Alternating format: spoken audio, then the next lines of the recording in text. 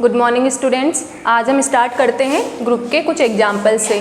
तो first example हम लेते हैं, हमारे पास में सेट ए है, ए इक्वल्स टू जहाँ पे जेड बिलोंग्स टू सी। हमारे पास में जो है कॉम्प्लेक्स नंबर है जहाँ पे मोड जेड किसके इक्वल है, 1 के इक्वल है। और यहाँ पर हमारी बाइनरी ऑपरेशन क्या है, इनटू है। यहाँ पे सेट हमारे पास में कौन से है, कॉम्प्लेक्स नंबर जिनका मॉड्यूलस 1 के इक्वल होगा।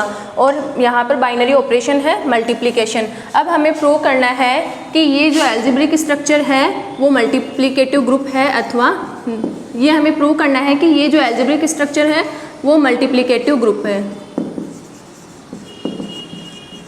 तो ग्रुप के लिए हमारे पास में फर्स्ट प्रॉपर्टी कौन सी होती है, क्लोजर प्रॉपर्टी। क्लोजर प्रॉपर्टी के लिए let Z1 and Z2 belongs to, इसको सेट ए कंसीडर कर लीजिए।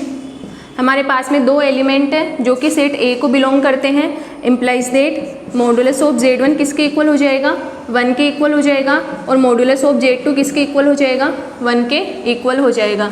क्योंकि इस सेट के अंदर हमारे पास में कौन से कॉम्प्लेक्स नंबर है जिनका मॉड्यूलस ही 1 के इक्वल है। नाउ हम क्लोजर प्रॉपर्टी प्रूव करने के लिए हम क्या देखते हैं कि Z1 क्रॉस Z2, यहाँ पर Z1 क्रॉस Z2, ये हमारे पास में जो बाइनरी ऑपरेशन है Z1 क्रॉस Z2 भी किसके अंदर होना चाहिए, इस सेट के अंदर होना चाहिए। ये सेट को कब बिलोंग करेगा, जब इसका मॉड्यूलस किसके इक्वल होना चाहिए, 1 के इक्वल होना चाहिए। So now modulus of Z1 into Z2 किसके इक्वल होता है, मॉड्यूलस ऑफ Z1 और मॉड्यूलस ऑफ Z2। ये कॉम्प्लेक्स से हमारे पास में प्रॉपर्टीज आती है। अगर हमारे पास में दो कॉम्प्लेक्स नंबर है, अगर हम उनका मॉड्यूलस जब खोलते हैं तो मोड Z1 और मोड Z2 के मल्टीप्लिकेशन के रूप में आता है। तो मोड ऑफ Z1 किसके इक्वल है, 1 के। मोड ऑफ Z2 किसके इक्वल है, 1 के, इक्वल्स टू 1। इम्प्लाइज दैट हमारे पास में जो Z1 क्रॉस Z2 किसको बिलोंग करेगा, सेट ए को। तो हमारे पास में यहाँ पे क्लोजर प्रॉपर्टी सेटिस्फाइज हो गई। नेक्स्ट हम देखते हैं associativity.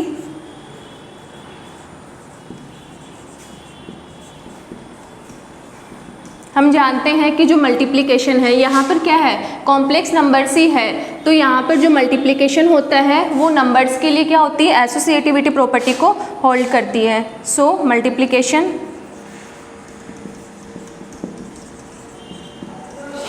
Satisfies associativity property for numbers. Next हम देखते हैं थर्ड हमारे पास में एग्जिस्टेंस ऑफ आइडेंटिटी।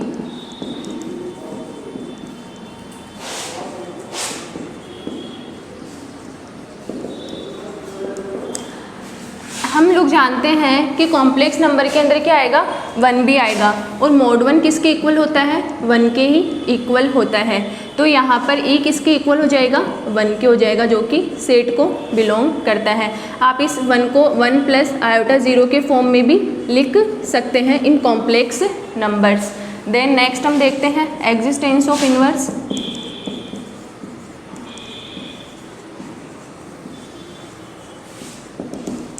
हमें पता है कि इस सेट के अंदर कौन से एलिमेंट है जिनका मॉड्यूलस किसके इक्वल है, 1 के इक्वल है। तो यहाँ पर मोड ऑफ Z किसके इक्वल दे रखा है, 1 के। Now mode of 1 upon Z किसके इक्वल होता है, मोड 1 अपॉन मोड Z के। मोड 1 1 और मोड ऑफ Z किसके इक्वल हो गया, 1 के इक्वल हो गया। इट मीन्स यहाँ पर जो मॉड्यूलस ऑफ 1 अपॉन Z है वो इसका 1 अपॉन Z का मॉड्यूलस किसके इक्वल है, 1 के इक्वल है। और यहाँ पर प्रत्येक Z का इन्वर्स एलिमेंट क्या हो जाएगा हमारे पास में, 1 अपॉन Z। तो आप लोग देख सकते हैं कि Z into 1 upon Z equal to 1 equals to 1 upon Z into Z। ये हमारे पास में इन्वर्स निकालने की प्रॉपर्टी होती है, जहाँ पर यहाँ हमारा आइडेंटिटी एलिमेंट होता है। ई यहाँ पर हमारे पास में क्या है, 1, जो कि आइडेंटिटी एलिमेंट है। इस Z का इन्वर्स एलिमेंट कौन सा है, 1/Z। हम इसको यहाँ पर लेफ्ट से भी देखते हैं और राइट से भी देखते हैं।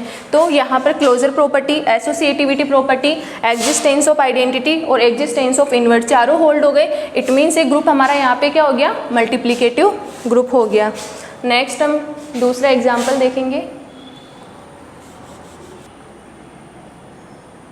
नेक्स्ट एग्जाम्पल हम देखते हैं मॉड्यूलो n से। हम सभी जानते हैं कि a plus modulo n B किसके इक्वल होता है, a plus B if a plus B क्या हो, n से छोटा हो, या फिर a plus B minus n if a plus B क्या हो, n या n से बड़ा हो। जैसे हम यहाँ पर एग्जाम्पल लेते हैं Z5 में कौन से एलिमेंट्स आते हैं, 0 1 2 3 और 4, और हमें यहाँ पर प्लस मॉड्यूलो 5 के लिए हमें बताना है कि ये जो सेट है ये एल्जेब्रिक स्ट्रक्चर जो है ये अबेलियन ग्रुप होगा। हमें ये प्रूव करना है कि जो हमारे पास में एल्जेब्रिक स्ट्रक्चर दे रखी है ये अबेलियन ग्रुप होगा, जहाँ पर Z5 के अंदर ये पांचों एलिमेंट आएंगे और मॉड्यूलो प्लस मॉड्यूलो 5, जहाँ पे प्लस मॉड्यूलो n की डेफिनेशन ये होती है अगर हमारे पास में इन दोनों का एडिशन n से छोटा हुआ तब तो एडिशन ही आ जाएगा, अगर इन दोनों का एडिशन n के इक्वल या n से बड़ा हुआ तब हम उनके एडिशन में से n को सब्ट्रैक्ट कर देंगे। सो नाउ हम इसके लिए टेबल बनाएंगे। Plus modulo 5 0 1 2 3 and 4, 0 1 2 3 4 0 plus 0 0 0 plus 1 0 plus 2 0 plus 3 and 0 plus 4। हम देख रहे हैं कि 4 तक एडिशन करने पर n की वैल्यू यहाँ पर कितनी है, 5 है, तो हमारे पास में जो एडिशन आ रहा है वो n से छोटा आ रहा है, तो हमारे पास में इसकी वैल्यू कितनी आ जाती है, a प्लस बी के ही इक्वल आ जाती है। देन 1 प्लस 0 1 1 2 1 2 3 1 3 4, लेकिन जैसे ही हम 1 4 को ऐड करते हैं हमें क्या मिलता है, 5 मिलता है, और 5 n के अगर इक्वल होता है तो हम उसके एडिशन में से क्या करते हैं, n को सब्ट्रैक्ट कर देंगे। तो इन दोनों का एडिशन कितना है, 5 में से 5 सब्ट्रैक्ट किया तो हमें 0 मिल जाएगा। देन 2 3 2 2 4 एंड 2 3 5 में से 5 एंड 2 4 6 माइनस 5 1 3 4 और 3 2 5 0 1 and 2 4 0 1 2 and 3।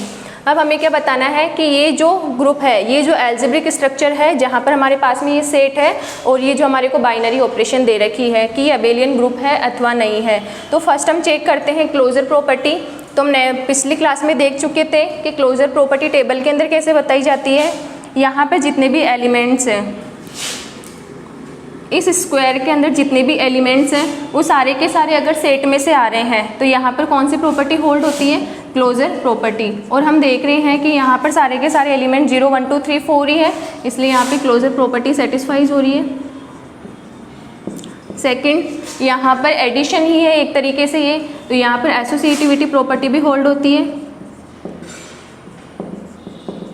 And third, existence of identity.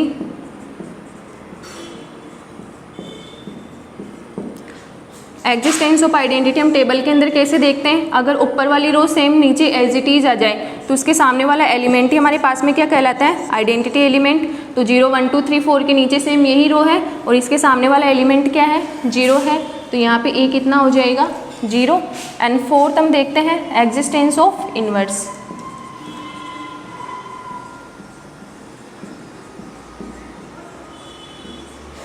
हम प्रत्येक एलिमेंट का इन्वर्स एलिमेंट देखेंगे।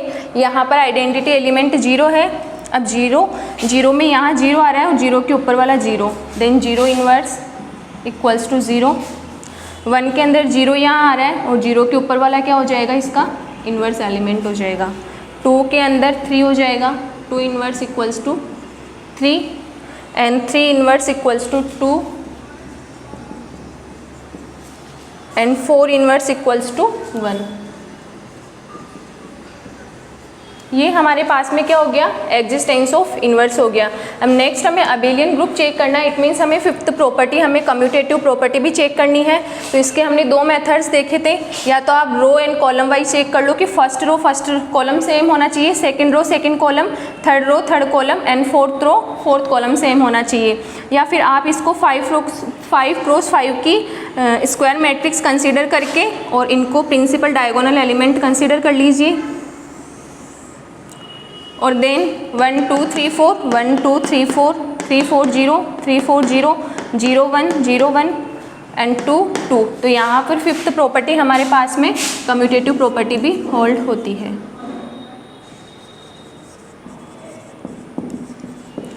तो हमारे पास में ये जो एल्जेब्रिक स्ट्रक्चर है ये अबेलियन ग्रुप होगा। नेक्स्ट हम एग्जाम्पल देखते हैं। हमारे पास में सेट कौन सा है? पॉजिटिव रैशनल नंबर्स का सेट है। Q प्लस क्या है? Positive rational numbers. Positive rational numbers में जीरो इंक्लूड नहीं होगा, ध्यान में रखना। और हमारे पास में for all a comma b belongs to Q plus a star भी हमको क्या गिवन है? AB/2। अब हमें इसके लिए प्रॉपर्टीज चेक करनी है कि अबेलियन ग्रुप होगा क्या होगा। तो फर्स्ट प्रॉपर्टी हम चेक करते हैं, क्लोजर प्रॉपर्टी।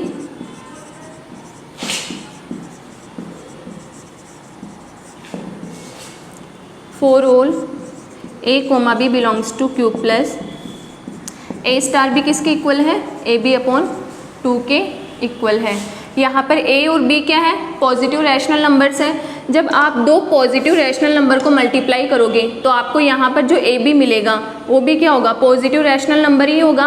और जब आप उसको 2 से डिवाइड करोगे, किसी भी पॉजिटिव नंबर को पॉजिटिव नंबर से डिवाइड करने पर क्या मिलता है? पॉजिटिव नंबर ही मिलता है। तो यहाँ पर जो AB/2 होगा वो भी क्या होगा? पॉजिटिव रैशनल नंबर ही होगा। ये किसको बिलोंग करेगा? Q प्लस को, क्योंकि a और b क्या है? दो पॉजिटिव नंबर है। अगर आप दो पॉजिटिव नंबर को मल्टीप्लाई करोगे तो आपको क्या मिलेगा? Positive number. और अगर पॉजिटिव में पॉजिटिव का भाग दोगे तो भी पॉजिटिव रैशनल नंबर ही मिलेगा। नेक्स्ट हम देखते हैं एसोसिएटिविटी।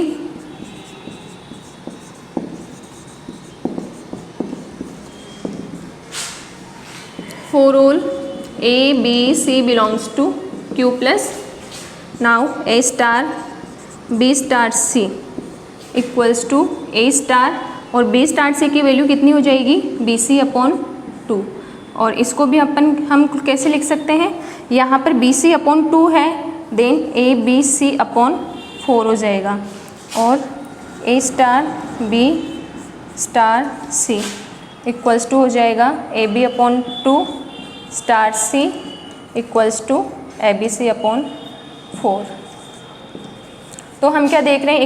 इक्वेशन फर्स्ट और इक्वेशन सेकंड आपस में इक्वल है। It means a star b star c किसके इक्वल होगा? a star b star c के इक्वल होगा।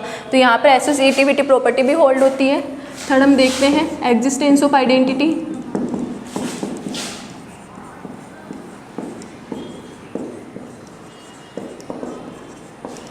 For all a belongs to Q plus there exist e belongs to Q plus such that a star e किसके इक्वल हो जाएगा? a के।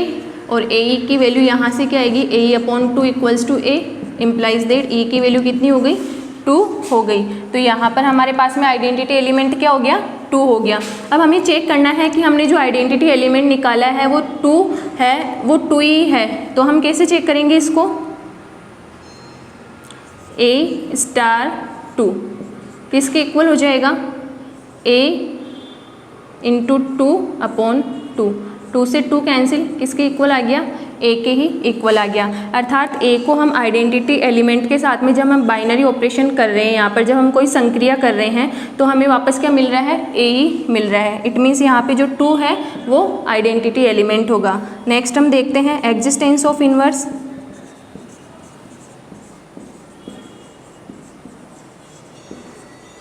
For all a belongs to Q plus there exist b belongs to Q plus such that a star b किसके equal होता है? e के। और e यहाँ पे कितना है हमारा? 2। देन AB/2 किसके इक्वल हो गया? 2 के। इम्प्लाइज देट b किसके इक्वल हो गया? 4/a के।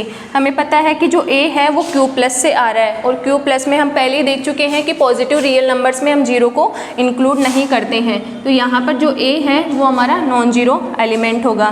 तो यहाँ पर a इन्वर्स किसके इक्वल हो जाएगा? 4/a के, जहाँ पर 4/a भी किसको बिलोंग करेगा? पॉजिटिव रैशनल नंबर को ही बिलोंग करेगा। देन हम देखते हैं कम्यूटेटिव प्रॉपर्टी। फिफ्थ हम देखते हैं कम्यूटेटिव। ए स्टार बी किसकी इक्वल है, ए बी अपॉन 2 के। हम इसको क्या लिख सकते हैं, B A upon 2 equals to B star A for all A comma B belongs to Q plus. तो यहाँ पर कम्यूटेटिव प्रॉपर्टी भी क्या हो रही है, सेटिस्फाइज हो रही है। तो हम देख चुके हैं कि हमारे पास में सेट कौन सा है, पॉजिटिव रैशनल नंबर, और ए स्टार भी किसके इक्वल है, ए बी अपॉन 2 के इक्वल है। तो फर्स्ट हमने क्लोजर सेटिस्फाइज करवा दी, एसोसिएटिविटी भी होल्ड हो गई इसमें, एग्जिस्टेंस ऑफ आइडेंटिटी हमें ई यहाँ पे 2 मिल गया जो कि पॉजिटिव रैशनल नंबर ही है, और एग्जिस्टेंस ऑफ इन्वर्स अर्थात प्रत्येक एलिमेंट का इन्वर्स एलिमेंट क्या होगा, 4 अपॉन ए के रूप में होगा। जहाँ पे ध्यान रखना ए नॉन जीरो एलिमेंट है क्योंकि हमारे पास में सेट ही क्या है, पॉजिटिव रैशनल नंबर है, और ए जो है रैशनल नंबर से आ रहा है उसका इन्वर्स एलिमेंट क्या होगा, 4 अपॉन ए होगा, और कम्यूटेटिव भी होल्ड हो गई। इट मीन्स ये हमारे पास में जो ग्रुप है वो कौन सा ग्रुप है, abelian group.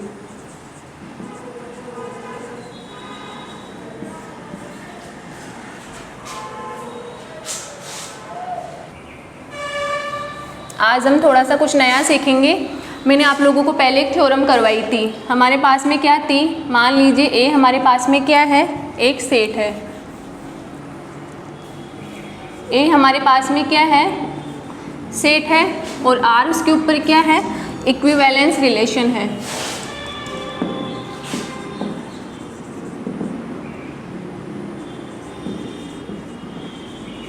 Are is equivalence relation on set A. A हमारे पास में सेट है और आर उसके अंदर क्या है, इक्विवेलेंस रिलेशन है। अगर आर इस सेट के ऊपर इक्विवेलेंस रिलेशन है तब हम इस सेट के प्रत्येक एलिमेंट की क्या निकाल सकते हैं, इक्विवेलेंस क्लासेस निकाल सकते हैं। और उन इक्विवेलेंस क्लासेस को हम किस प्रकार डिनोट करते थे, इस प्रकार से। और हमने क्या देखा था कि इक्विवेलेंस क्लास ऑफ ए के अंदर कौन से एलिमेंट आते हैं, सेट के वो एलिमेंट जो कि ए के साथ क्या होते हैं, रिलेटेड होते हैं। और इस इक्विवेलेंस क्लास ऑफ बी के अंदर कौन से एलिमेंट आते हैं, सेट के वो एलिमेंट जो कि इस बी के साथ रिलेटेड होते हैं। तो हमने उस टाइम थ्योरम के अंदर क्या देखा था कि अगर किसी सेट के ऊपर आर इक्विवेलेंस रिलेशन है तब उसकी जो 2 इक्विवेलेंस क्लासेस होगी वो या तो इक्वल होगी या फिर डिस्टिंक्ट होगी। इक्वल होने का तात्पर्य है कि दोनों के अंदर सेम ही एलिमेंट होंगे, और अगर दोनों में सेम एलिमेंट नहीं हुए तो दोनों के अंदर एक भी एलिमेंट सेम नहीं होगा, अर्थात दोनों की दोनों क्या होगी, डिसजॉइंट होगी। Then equivalence class of A equals to equivalence class of B, और equivalence class of A intersection equals to 5। या तो दोनों इक्वल होगी, दोनों इक्वल होने से तात्पर्य कि दोनों में सारे के सारे एलिमेंट ही समान होंगे, या फिर दोनों में एक भी एलिमेंट समान नहीं होगा। तो ये चीज़ आई कहाँ से कि दोनों या तो इक्वल होगी या फिर दोनों डिसजॉइंट होगी। तो हम सपोज करते हैं, मान लीजिए या तो दोनों के अंदर डिस्टिंक्ट नंबर है, या फिर सपोज कर लीजिए कि दोनों के अंदर सारे के सारे एलिमेंट सेम नहीं है, केवल एक एलिमेंट ऐसा है जो कि इस इक्विवेलेंस क्लास ऑफ ए के अंदर भी है और इक्विवेलेंस क्लास ऑफ बी के अंदर भी है। So let there exist K belongs to A such that कि के किसको बिलोंग करता है, इक्विवेलेंस क्लास ऑफ ए को भी बिलोंग करता है, और के किसको बिलोंग करता है, इक्विवेलेंस क्लास ऑफ बी को भी बिलोंग करता है। हमने क्या देखा था, थ्योरम ये थी कि दोनों में सारे के सारे एलिमेंट समान होंगे, अगर एक भी एलिमेंट सेम नहीं हुआ तो वो डिसजॉइंट हो जाएगी। तो हम क्या लेके चल रहे हैं कि उन दोनों के अंदर एक ही एलिमेंट सेम है। हम यहाँ से स्टार्टिंग करी कि या तो दोनों के अंदर एक भी एलिमेंट सेम नहीं होगा, और अगर हुआ तो हम केवल और केवल एक ही एलिमेंट कंसिडर करके चल रहे हैं। Then K R A and K R B, then relation equivalence है, देन सिमेट्रिक भी होगा।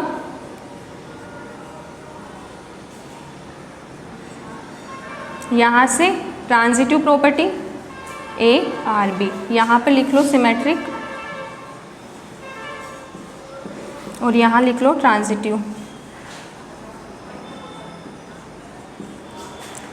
तो हम क्या देख रहे थे कि जो ए आर बी, यहाँ पर एलिमेंट कौन सा है, ए आर बी, और हमारे पास में इक्विवेलेंस क्लास के अंदर कौन से एलिमेंट है, वो एलिमेंट जो कि ए के साथ रिलेट होते हैं, और ए किसके साथ रिलेट हो रहा है, बी के साथ रिलेट होता है।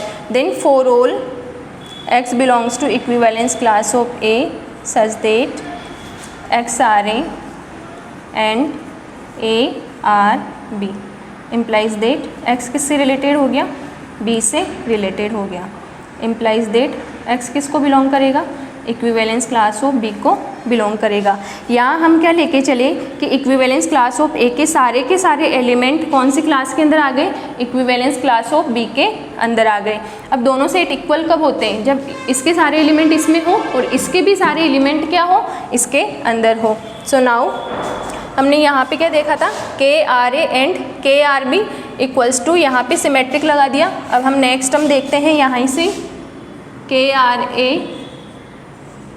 एंड KRA एंड हम इसको लिख सकते हैं BRK या फिर BRK and KRA equals to BRA। BRA हो गया, अर्थात जो और इसके अंदर इक्विवेलेंस क्लास ऑफ B के अंदर कौन सा एलिमेंट है जो कि B के साथ में रिलेटेड है। तो यहाँ पे हम देखते हैं कि for all y belongs to equivalence class of B equals to YRB implies that YRB and BRA equals to YRA। हम क्या लेके चले थे कि जो B equivalence class of B के सारे एलिमेंट कौन से हैं, Y है, YRA implies that Y किसको बिलोंग करेगा, इक्विवेलेंस क्लास ऑफ A को बिलोंग करेगा। अर्थात इक्विवेलेंस क्लास ऑफ B के सारे एलिमेंट किसके अंदर आ गए, इक्विवेलेंस क्लास ऑफ A के अंदर आ गए। तो हमने स्टार्टिंग कहाँ से करी कि हमारे पास में जो दोनों की दोनों क्लासेज है, उन दोनों क्लासेज के अंदर केवल वन ही एलिमेंट हमने सेम ही कंसिडर किया। हमने कंसिडर नहीं किया कि सारे एलिमेंट सेम होंगे, हमने सोचा कि केवल और केवल मान लेते हैं कि वन एलिमेंट ही सेम होगा। तो हमने वो उसको K कंसिडर किया, जो K होगा वो इक्विवेलेंस क्लास ऑफ A में भी होगा और K किसके अंदर होगा, इक्विवेलेंस क्लास ऑफ B के अंदर भी होगा। देन KR एंड KRB, यहाँ पे सिमेट्रिक प्रॉपर्टी यूज़ करी। देन नाउ हमारे को एक इक्वेशन मिल गई, इसको आप इक्वेशन A नाम दे दीजिए। देन हम देखते हैं कि अगर हमारे पास में A किससे रिलेटेड है, B से रिलेटेड है और A से कौन से एलिमेंट्स रिलेटेड है, इक्विवेलेंस क्लास ऑफ A के। तो हमने देखा कि इस सेट इसके सारे के सारे एलिमेंट किसके अंदर आ गए, इक्विवेलेंस क्लास ऑफ B के अंदर आ गए। सिमिलरली हमने यहाँ पे देख लिया कि इस सेट के सारे एलिमेंट कौन से सेट के अंदर चले गए। तो ये हमारे पास में हो गई थी थ्योरम। नेक्स्ट हम अगली क्लास में देखेंगे। Thank you.